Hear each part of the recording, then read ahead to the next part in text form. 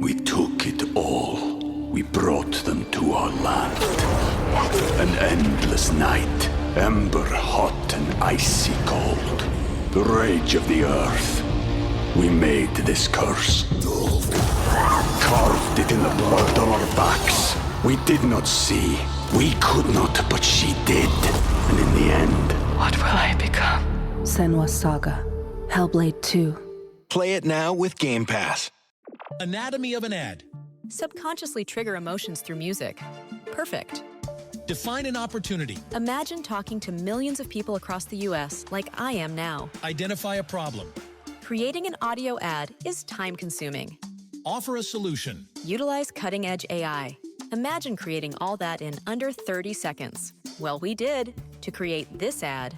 To learn more about AI in the audio industry, download the white paper from audiostack.ai.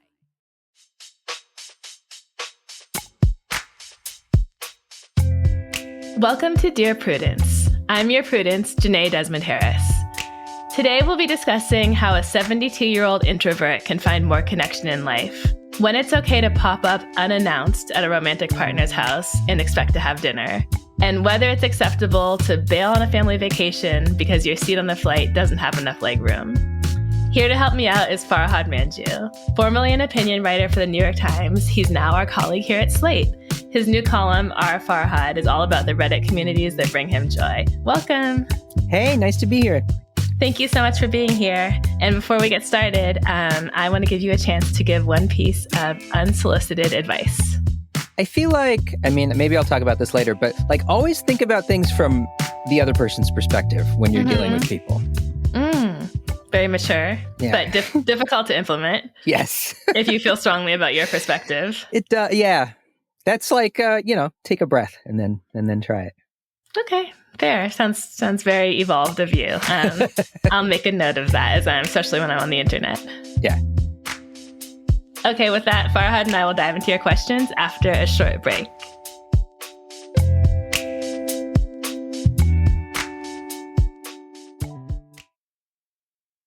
Can't get enough Dear Prudence? Then you should definitely join Slate Plus, Slate's membership program. You'll get to hear me answer an extra question every week just for members.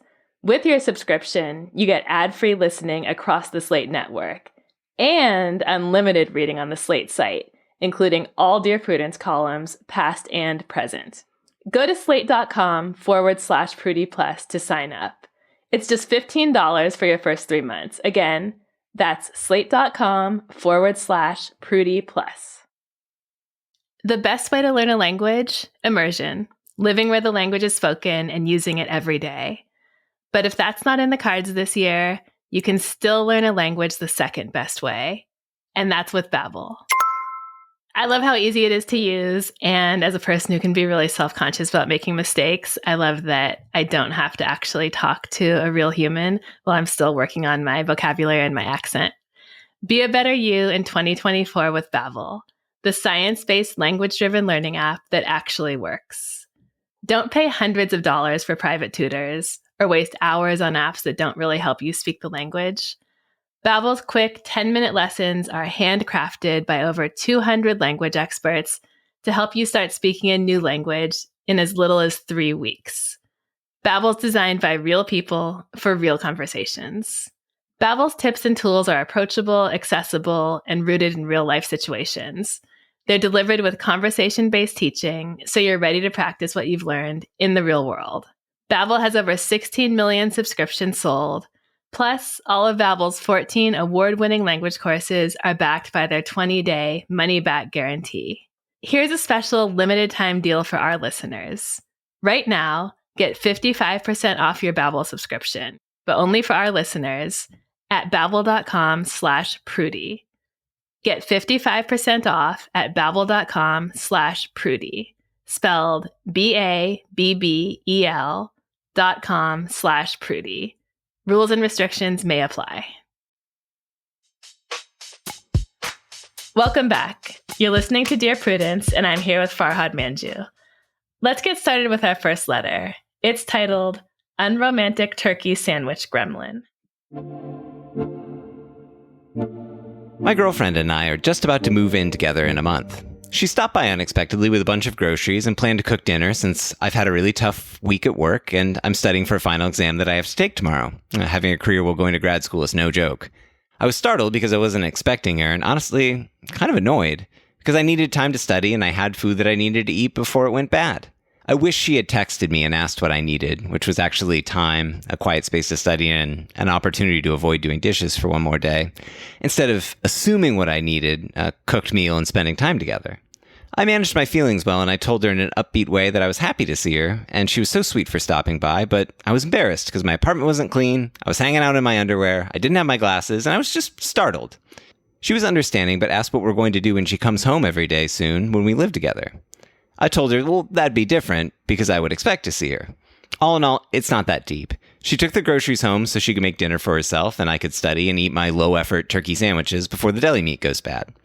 I would just love some outside perspective because I'm oscillating between feeling like she didn't consider what I needed and was perhaps motivated to find a way to hang out while I'm pressed on time versus feeling guilty and like I'm a total bitch by not dropping my plans to embrace her romantic gesture. What do you think I should have done? And do you think this warrants a follow-up conversation, or does that just make it deeper than it needs to be? Okay, so I actually saw a small fight on Twitter about this the other day. The question of whether it's okay or normal to stop by the home of the person you're dating unexpectedly. And where I came out is, in the year 2024, nobody should be dropping in anywhere unannounced. At this point, you're making a conscious decision not to send a text because you either don't want the person to tell you no, or for some reason you want to catch them off guard. What do you think? Oh, yeah, I totally agree with that. I hadn't even thought about that aspect of it. Like my wife tells me when she's like leaving work to come home, like you always sort of know when someone's coming over. And it's like, I mean, I would hate for someone to come over in my apartment, like filthy and like I feel embarrassed about it. Like, and also I empathize with this person because I feel like I also find it hard to concentrate on doing anything like, writing or even just reading a book when there are people around. Like I'm always asking my family for alone time just to like think. So that totally makes sense. On the other hand, like there doesn't seem to be a problem here. Like it seemed like she was understanding. It seemed like everything ended on a fine note. I would say there's no need for a conversation unless it kind of comes up again. But it seemed like everything kind of worked out. I agree that everything worked out. I think they both handled it pretty well. So to answer the first question, what do you think I should have done? I think we both agree you did the right thing. Yeah. It sounds like you were really kind and compassionate, but stood your ground as far as saying, this is the kind of night I need to have, and making dinner and hanging out will not work for me. I do think maybe there needs to be a follow-up conversation. Okay, so in the letter writer says, I'm oscillating between feeling like she didn't consider what I needed and was perhaps motivated to find a way to hang out while I'm pressed on time.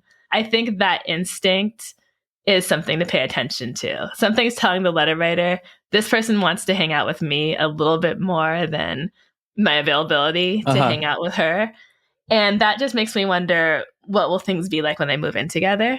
So I think they need to set some expectations about like, what will every day look like? Do we need to have an official dinner together every night? Is it the default that we'll be hanging out every evening? Or is that only if we don't have other plans? How will you feel if I'm preoccupied with work for a day or a week? Let's just talk about some of these things before our expectations bump into each other at the dinner hour every night. Yeah, I mean, I'm always in favor of more conversations about such things over less. I feel like it just smooths things over. So yeah, I agree with that. So, letter writer, I think you handled it well. I don't think this is a crisis. I'm happy to have a letter write. I don't need to say this is a red flag and you need to break up because there's way too many of those. But definitely decide to chat about it. That gut feeling you had that she really wanted to hang out, even though she kind of knew you didn't want to, is just something to get ahead of before it becomes a bigger problem for the two of you. Okay, our next question is titled, Anxiously Approaching Autumn. In the last couple of years, I'm 72, I've been reviewing and reassessing my life. It's sad to think of the happiness I could have had and shared with others. I'm an introvert and have always found it difficult to be with others, except my own family, for any length of time.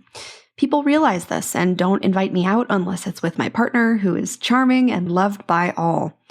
We don't discuss problems. He doesn't have much sympathy for me, and I don't blame him. He enjoys taking regular vacations with his close buddies. The children have their own lives too. I feel more like a handicap than a partner, and I'm not sure that my mothering skills were the best. My first child died, and I still blame myself. We are still a couple in every sense of the word, but I wish I wasn't so alone. How can I improve my mental well-being for my autumn years?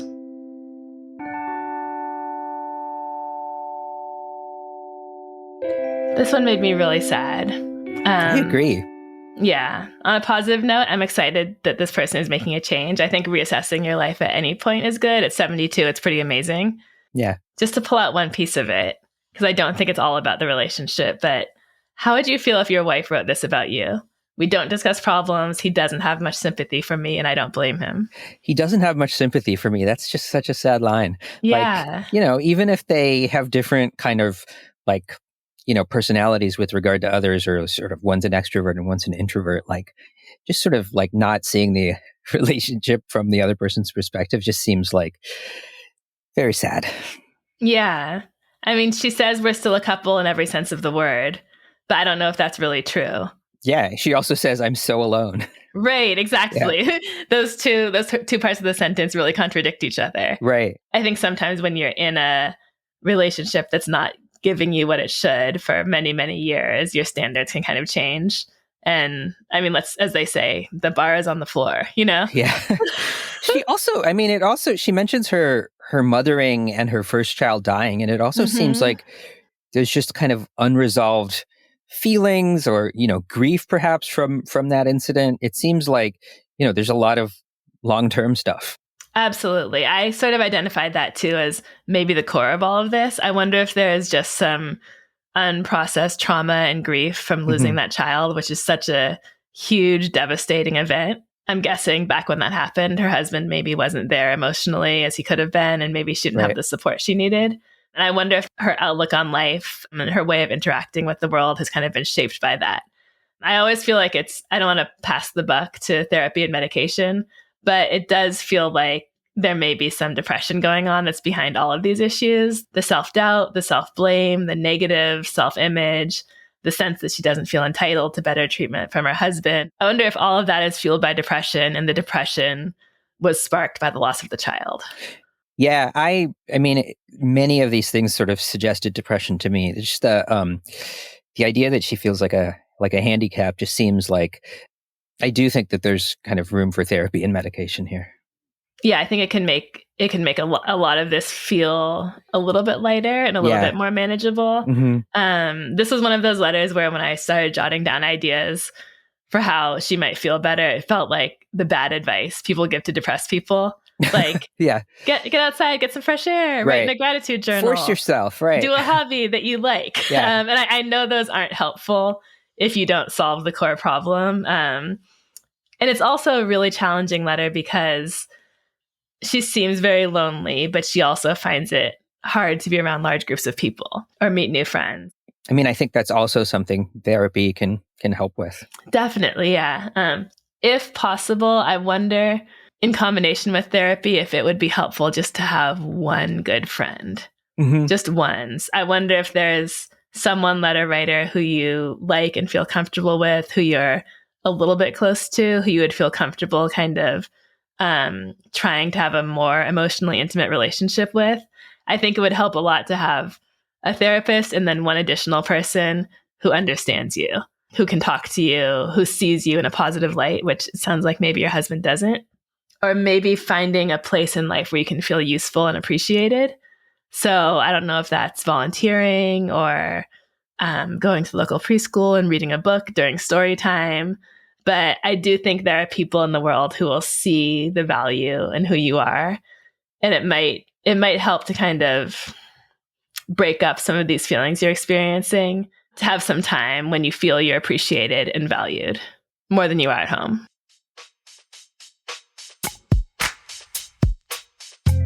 You're listening to The Dear Prudence Show, and when we come back, we'll be reading more of your letters. Stay with us.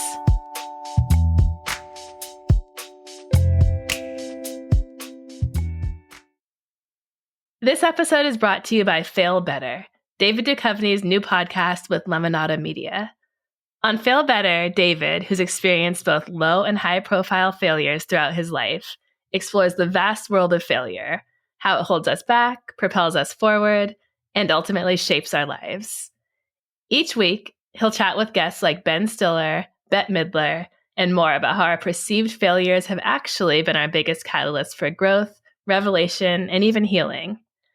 Through these conversations, he hopes listeners can learn how to embrace the opportunity of failure and fail better together. Fail Better is out now, wherever you get your podcasts. This podcast is brought to you by Progressive Insurance. Let's face it, sometimes multitasking can be overwhelming. Like when your favorite podcast is playing and the person next to you is talking and your car fan is blasting, all while you're trying to find the perfect parking spot. But then again, sometimes multitasking is easy, like quoting with Progressive Insurance. They do the hard work of comparing rates so you can find a great rate that works for you, even if it's not with them. Give their nifty comparison tool a try, and you might just find getting the rate and coverage you deserve is easy.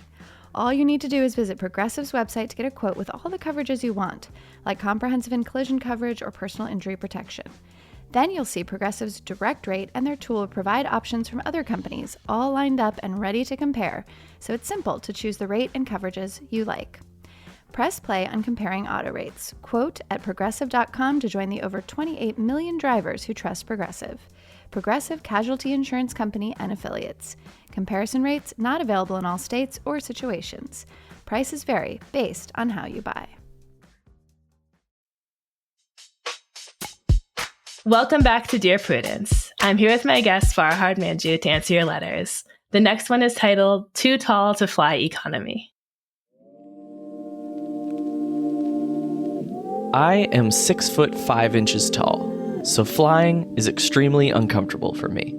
If I can't afford to upgrade to extra legroom, I can't afford the flight.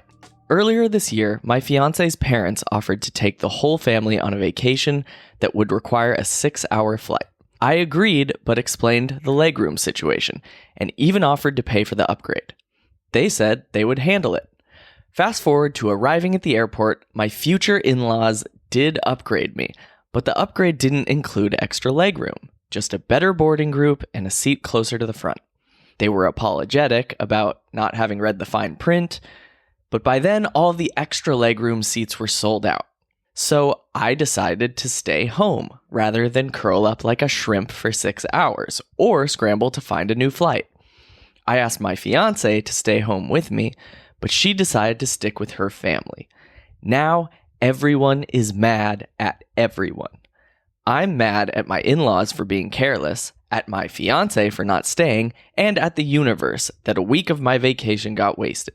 My fiance is mad at her parents, but also mad at me for putting her in an awkward spot.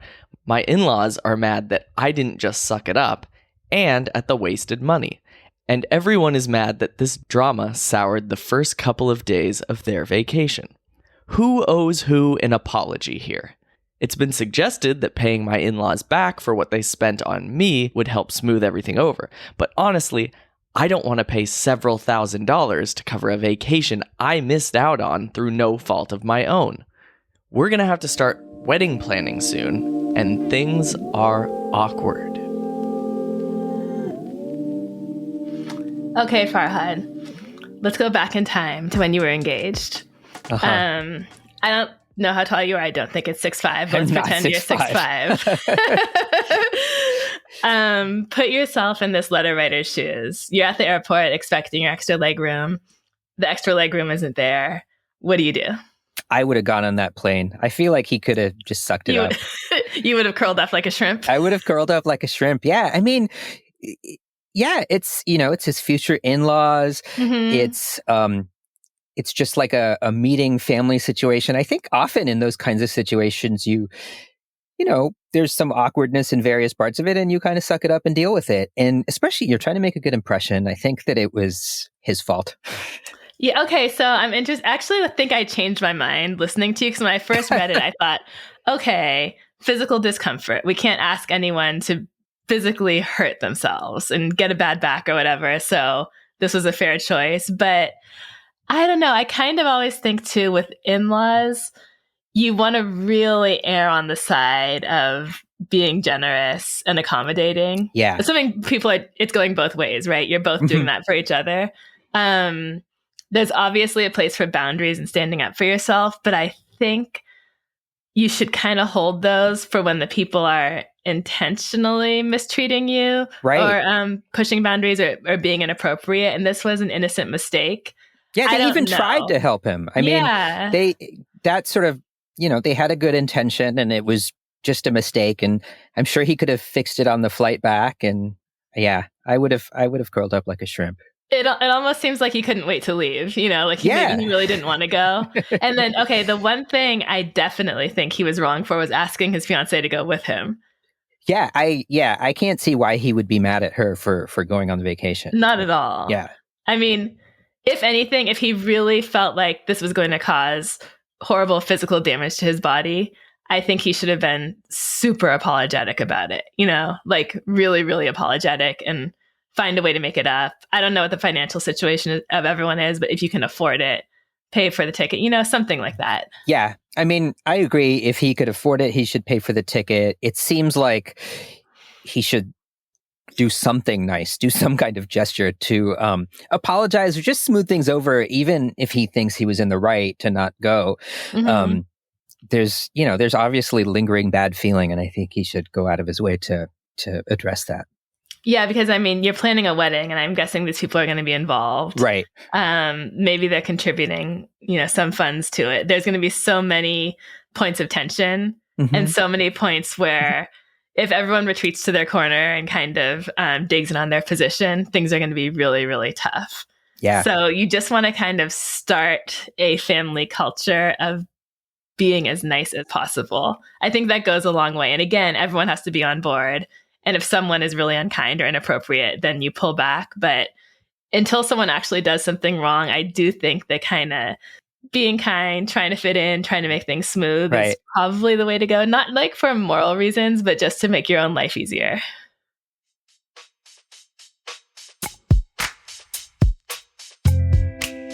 This is Dear Prudence. We need to take a break, but when we come back, more letters from you and advice from us. Stay tuned.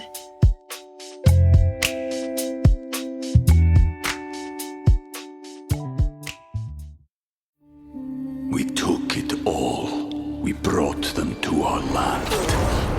An endless night, ember hot and icy cold. The rage of the earth. We made this curse.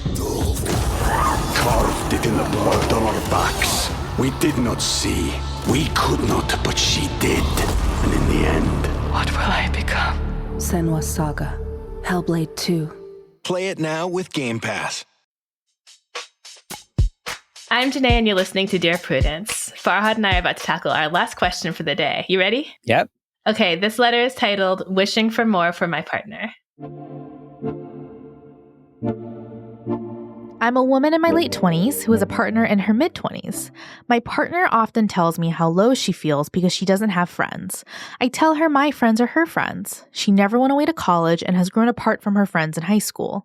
She tells me that while she appreciates my friends, it makes her feel bad that when we eventually are engaged, she won't have people for her bridal party, while I have a ton. I have suggested she join a club or organization or otherwise put herself out there, but she doesn't seem to believe in herself. How can I support my partner in believing she's worthy and capable of making friends and giving her ideas to do it without making it seem like I'm disappointed in her lack of friends? She's so wonderful, funny, and outgoing. I feel she'd make a ton of friends with minimal effort because she's so charismatic. What can I do? Well, I think this is the partner you have, and you're probably not going to change her into someone who's more social or better at making friends. The ability to form connections with people, to make friends, is just something you've got to be able to do on your own, not with the support of a partner, I think. What do you think, Farhad? Yeah, I agree with that.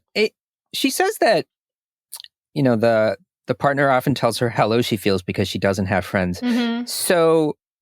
But that's all she mentions. I can't tell if it's a problem for the partner. Like, is she, I guess she's complaining about the bridal party, but it's sort of just in general in her life, if this person wants more friends, if she's not making an effort, it seems like she may be okay with how things are. Right. Like, does she want friends because she actually is in need of more people to connect with and talk to and do things with? Or does she just think she should have more friends? Right. Yeah. I mean, like, having people just for your bridal party seems like the second thing you said. They have professionals for that. You can hire a professional bridesmaid. Right. They're actually really helpful. It's not a terrible idea. Right. But yeah, in life in general, it doesn't seem that, they're looking for friends. And, I think there's also ways, though, that the letter writer can sort of test things out by, if she wants her to join a club or an organization, perhaps they could do that together. But I wouldn't push it that hard. I agree with you fundamentally. It's like you can't make another person sort of be friendly or be friends with other people. Exactly. And I love letter writer that you see her as wonderful, funny, and outgoing, and you believe she could make friends with minimal effort because she's so charismatic. If that's true, she will. Right. And if that's not true, it just means you love her and you see her in a really great light that is maybe a little bit sugar-coated. And that's also great because you two are going to be together for a while and hopefully get married. So I think actually instead of supporting her and making friends, maybe you just affirm that you think she's fantastic and that she will be able to when she wants to, and that there's nothing wrong with her current status. Yeah, I think that's great. I agree with that. And also, you don't have to have bridal parties. You two can just give your friends give your friends, since apparently she doesn't have any, give your friends a break and just have people sit in the crowd and stand up there with just the two of you. If it becomes stressful, it's not worth it. Yeah.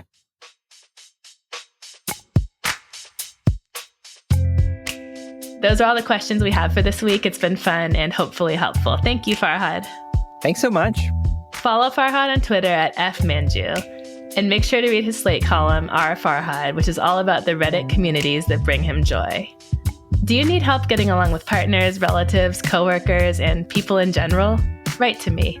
Go to slate.com/Prudie. That's slate.com/PRUDIE. The Dear Prudence column publishes every Thursday. If you'd like to hear your questions answered on the podcast, we are looking for letter writers who would be comfortable recording their questions for the show. You can stay anonymous. Dear Prudence is produced by Se'era Spragley Ricks and me, Jenée Desmond-Harris, with a special thanks to Maura Currie. Editorial help from Paola De Verona. Daisy Rosario is senior supervising producer, and Alicia Montgomery is Slate's VP of audio. I'm your Dear Prudence, Jenée Desmond-Harris. Until next time.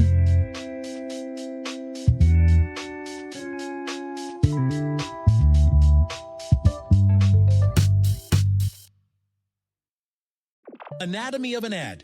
Subconsciously trigger emotions through music. Perfect. Define an opportunity. Imagine talking to millions of people across the U.S. like I am now. Identify a problem. Creating an audio ad is time-consuming. Offer a solution. Utilize cutting-edge AI. Imagine creating all that in under 30 seconds. Well, we did to create this ad. To learn more about AI in the audio industry, download the white paper from audiostack.ai.